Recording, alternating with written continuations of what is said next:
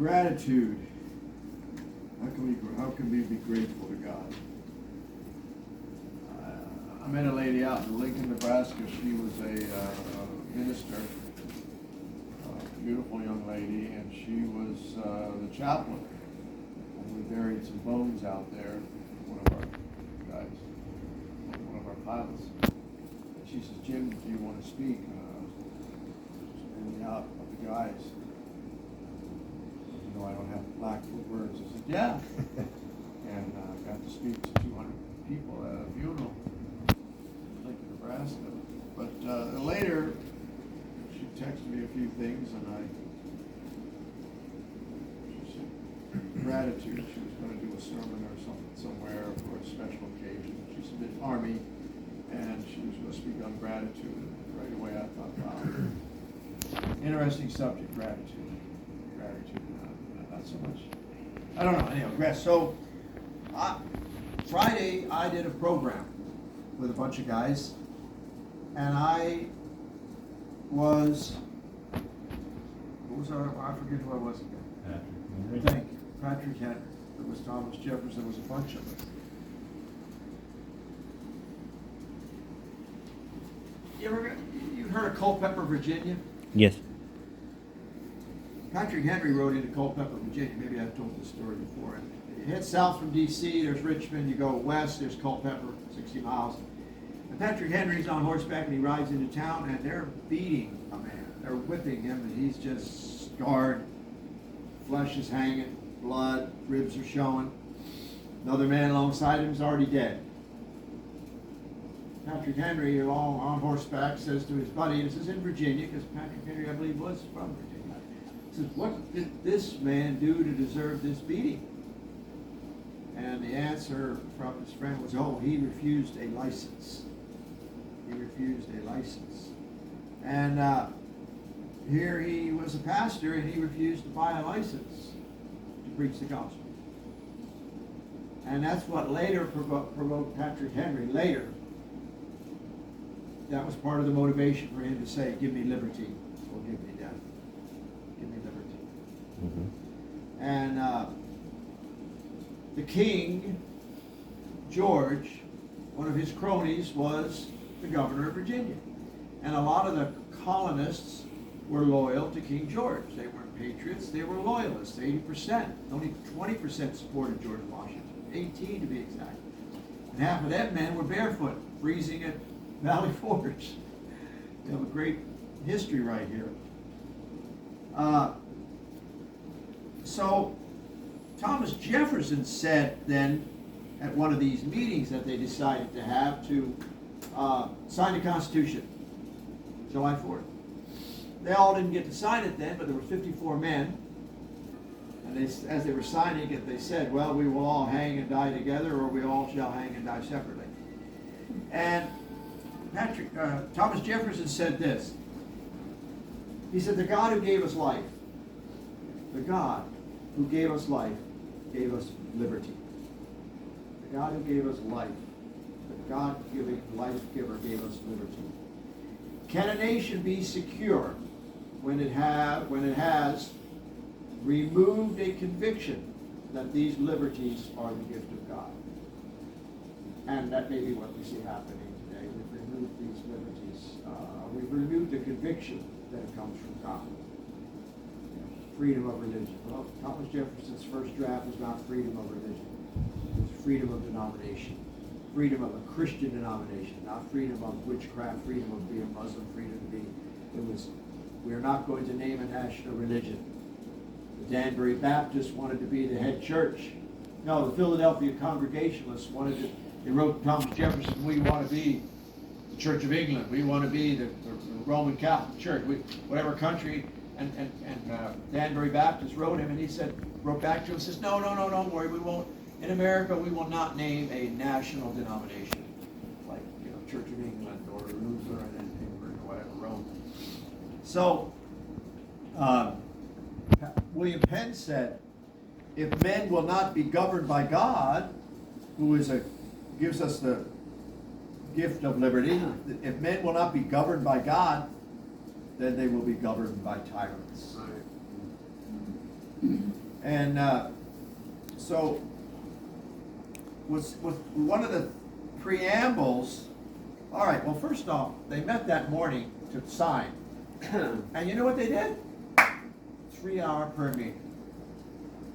Awesome. 3-hour prayer meeting. They read from Psalm 35. Anybody, if somebody wants to glance at that, read it, one or two verses after a bit, please do, Psalm 35. I want to keep going. And had a 3-hour prayer meeting, read from Psalm 35. I mean, they knew that as soon as the British would hit the shores, they had orders to kill John Hancock and John Adams. Kill them, hang them immediately. Because they had already put millions of their dollars in their shipping towards America not being a part of England. Now, what was the main reason for us splitting from England? Everybody's got their opinions. You're probably from the History Channel. We like their music. I love this guy. Music in his heart. We think it's taxation, right? Without representation. What if I told you it was slavery? Was it? There were about 27 reasons. But one of the things here was Thomas Jefferson wrote a couple of different drafts because Philadelphia, Benjamin Franklin and another guy got a hold of it and they go, we're going to change this a little bit. So he made some changes. But his first draft was this: King George, you have waged war against human nature itself. You're violating the most sacred rights of life and liberty in a person of a distant people who have never offended you. You're captivating and carrying them into slavery in another hemisphere and bringing them through sometimes a miserable transportation and even death. And you are also determined to keep the market open and where these people can be bought and sold, and you oppress this in such a way that you don't even allow any laws to stop it. So King George was in the slave trade. He was pushing it on the colonies. The first anti-slave society was in Philadelphia in 1774. Wow. Benjamin Franklin, we hated it. And even this thing of 3/5 or 2/3 of a human being that Abraham Lincoln said, brought 20 black men into the White House and goes, I don't even know if you're human. Because they were told they were 2/3 or they were only a certain. 3/5. Well, that's even a lie. The 2/3 human was referring to the slave trade, and wasn't really, were they getting their worth out of slavery? It was not creating a good capitalism. It was costing too much. And so economically, that 3/5 of a person or something was referring to the economics of it, not the person's being a human being. But the preamble, one of the preambles to the Constitution is what? We hold this truth to self-evident. We hold these truths to be self-evident.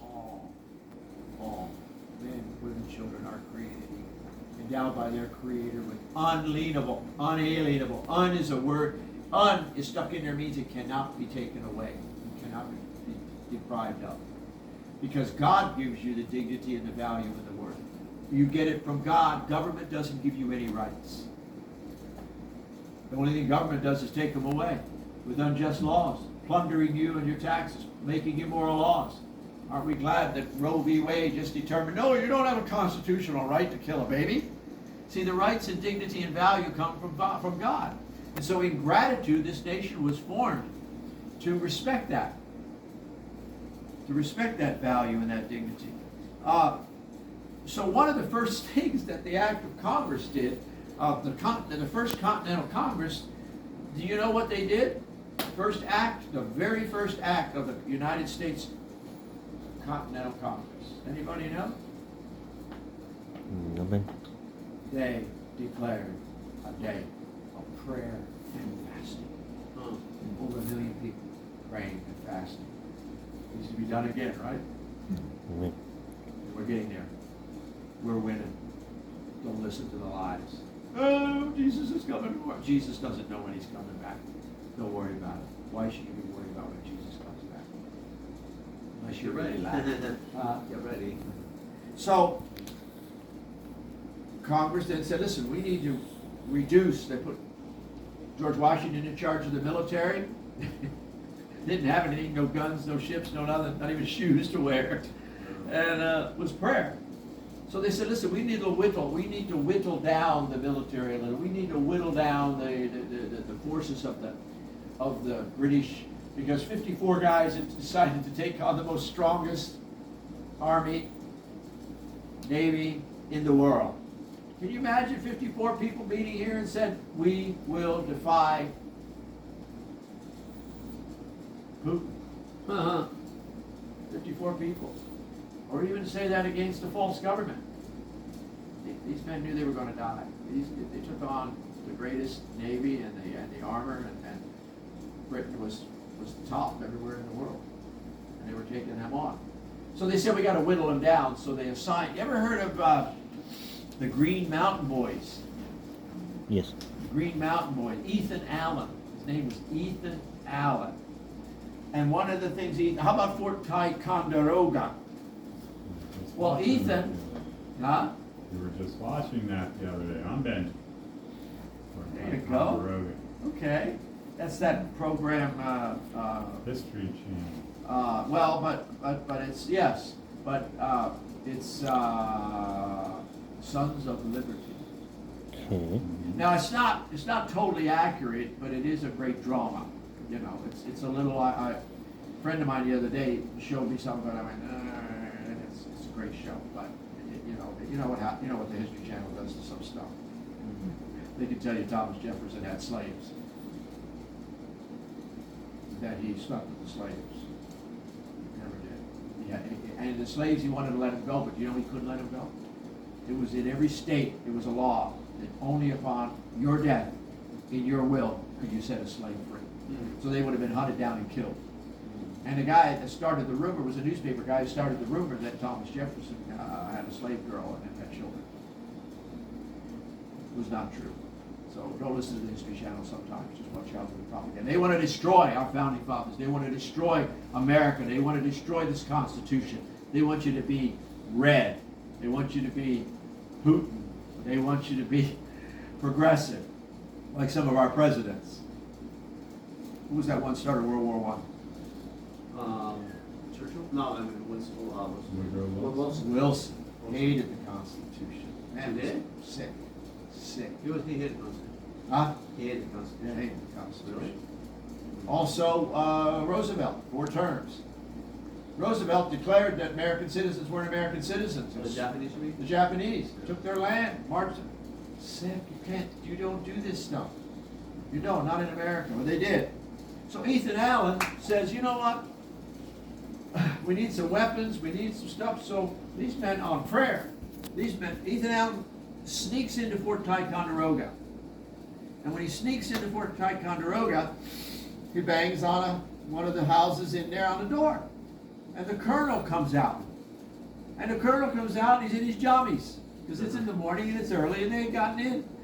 And behind him on his shoulder, there's even a picture of this somewhere. His wife is looking over his shoulder.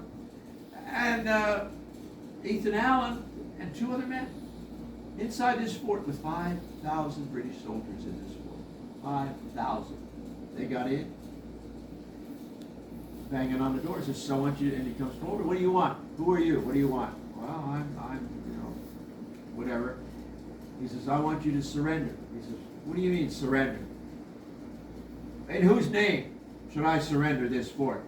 And Ethan Allen hollered, in the name of the great Jehovah and the Continental Army. And the British colonel went, well, that's good enough for me, and surrendered 5,000 men. They were then marched to New York, put on a ship. While they were marching, they were all had to take an oath that they would not fire ever again on patriots. They would not fire on an American. They would then be given their weapons and their supplies. And 3 American what do they call it? The Green Army Boys or Mountain Boys. Marched them to the ship in the harbor and they went back to England. And not a shot fired. 3 Americans marching 5,000. 3 Americans got a whole 4,000 to 5,000 to surrender. Then Ethan Allen, he got some men and they took one of the biggest cannons that Britain ever had. It was there in that fort. They took it to the harbor to defend the New York harbor. So some of the stuff that happened in America makes America great because God is great. And we have gratitude to God. And God gives man and women dignity, value, and worth. You get your rights from Him, unalienable. Can't be taken away. You know, a policeman shows up, pulls you over, goes, I want to read you your rights. He ain't giving you no rights. Do you think you get rights from the Constitution? You got the Bill of Rights? You got rights from the Bill of Rights? We wrote it down so others could run with it. But you don't get your rights from the Constitution. You don't get your rights from the Bill of Rights. You don't. So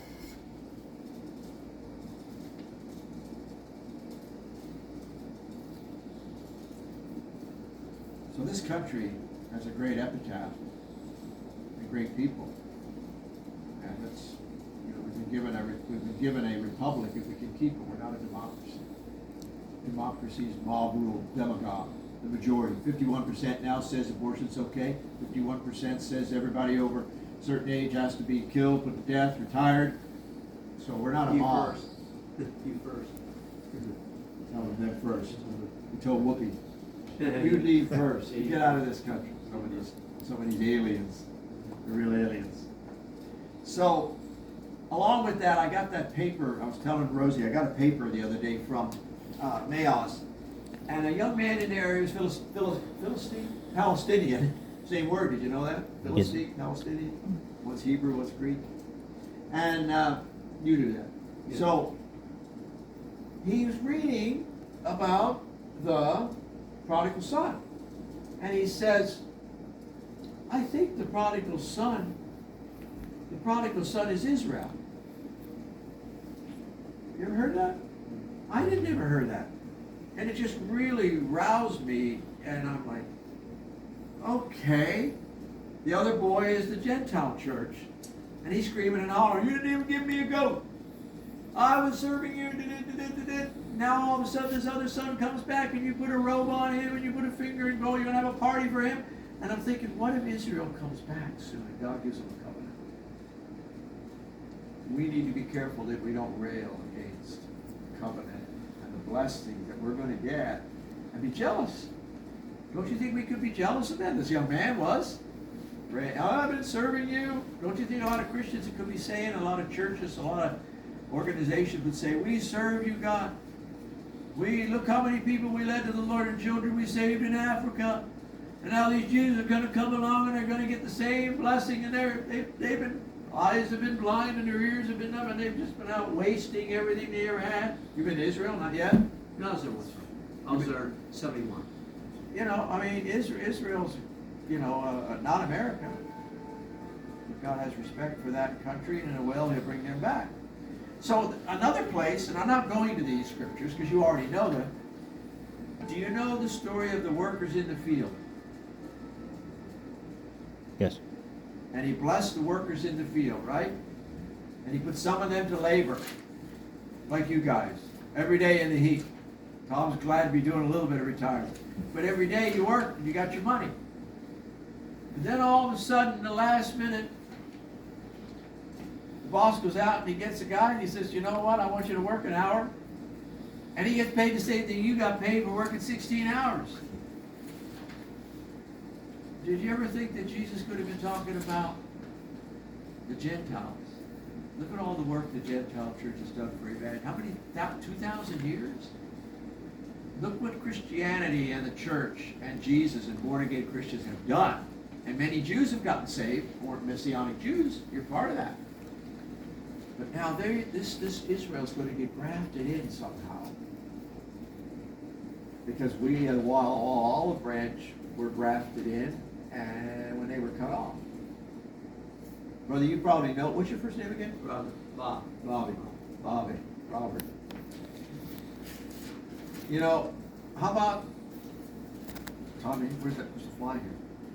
No, I'm kidding. Just relax. No, just relax. It's been buzzing back and forth. Let me get them all laughing right out of here. So, a couple of years ago, I'm reading where Jesus is speaking at the Sermon on the Mount, and he says, you're the salt of the earth. And Christianity is saying, well, we're salt, we're light, we're the salt, we're light. But Jesus wasn't preaching to Gentiles, because he said he had bread for Israel, he had bread that was for them, and he wasn't to take this meal and give it to the Gentiles. So Jesus came and died under that system. He came and died and preached, and brought, to the Jews. And I had the Lord revealed to me in a way I won't explain right now, because I was frustrated about losing your salt in this, brother. You can lose your salt in this. Nigh unto being discarded, who can fix you? And I was frustrated because I thought, Lord, you already fixed me. You're going to leave the 99 if I'm messed up. You started the good work in me. You'll complete it. I've been made righteous. I've been bought with a price. Set free from the law of sin. And when I looked at all the righteousness that I had in Jesus, I thought, oh, you're going to lose your holiness tomorrow. Oh, what church is that? Jesus was saying this. And then and God showed me that he was speaking to Israel. That was no longer the nation they were under Solomon, under David. They were no longer the nation they were that started out with Moses. And they were going to be hacked off. And we were going to be grafted in. And so I'm saying, I don't know when that is in the future. They're getting blessed with the covenant that Jesus has made with the Father. Greatest covenant ever. Not made with human hands, but with the blood of Jesus. The covenant is between Jesus and the Father. We don't even have to, you're not a part of it. You get it free, but you did nothing to get it. You did nothing to create it, but you get it free. You get that, you're an heir. You get it. And so now if Israel comes back, let me put it this way. There's a covenant that God is going to make with the nation of Israel somehow. I don't know how he's going to do that. That's separate from Messiah. And he says he's going to do that. And it's close. It's close. And they get grafted back in as a nation. Because weren't they cut off as a nation? They're going to get back what a tremendous blessing. It says it's going to overflow us, but yet don't think we could be a little resentful if we're not cautious. Because we've kept it for how long for them? No, well, we haven't kept it for them. Well, I want to stop there. I just wanted to throw out that what we have, we want to keep, and that is our country and our nation. Your salvation is kept by the Lord. He started the work in you. He will complete it. Okay. And I want to stop with this thought. Bobby, you can correct me if I'm wrong. I think they're trying to build the temple. Yes. I think one day they're supposed to build the temple. Should be interesting. In my own opinion, in my heart of hearts, I don't think that Papa, my daddy, is going to allow Jesus to be insulted with the sacrificial animal in the temple. I know they're working towards that. They would like to have that. We all think that could happen. I think Jesus is that last sacrifice for sin. The Jews have used what? What has been the Jewish thing for 2,000 years? What has been the substitute for the lamb sacrifice? They just have young people. What is? The chickens. All right. What else has been the sacrifice for sin? What substituted the lamb and the blood sacrifice? Well, no, I'm not gonna, all I know is that they have first had prayers. I'm not sure. You hit it. Yeah. Prayer. That's been all they've been able to do is prayer. And so, my personal opinion, just my opinion, my Jesus will not be insulted in Israel or in a temple or that a sacrifice. Heifer, they're trying to do the red heifer. I just feel that. It's not a matter of heaven or hell, but I just feel like my Jesus is the greatest sacrifice. God sent him, and he is so amazing. And it was finished. It was finished. I'm not saying something won't happen and a lot of stuff. I tell you my opinion, except read in Zechariah. It is there in Zechariah, you have it, right? So my opinion, from what I can tell, we're assuming You're saying it's a sacrifice for sin. I don't think it's a sacrifice for sin. It's a sacrifice, Right. but it's not for sin. Because Jesus is the final sacrifice, so it's not Yeah. for sin. Yeah. It's sort of like, Maybe it's ceremonial. and it's more of a ceremonial thing, Yeah. that going back to the roots of what happened, and kind of like maybe bring people together to tell. But I don't think it's a sacrifice for sin. I don't think it's a sin offering. Interesting. I think it's just another kind of thing. Yeah. You know? That's kind of my Ceremonial. thinking. Yeah, because it's going to happen soon. Right, Talmud bomb. So, good, Jim. Well, any other comments, Eddie? Um, Tony? Well, Uh, isn't supposedly the Antichrist supposed to show up in a temple and claim himself to be God or something? The abomination that causes desolation? Yeah. That already happened. Okay.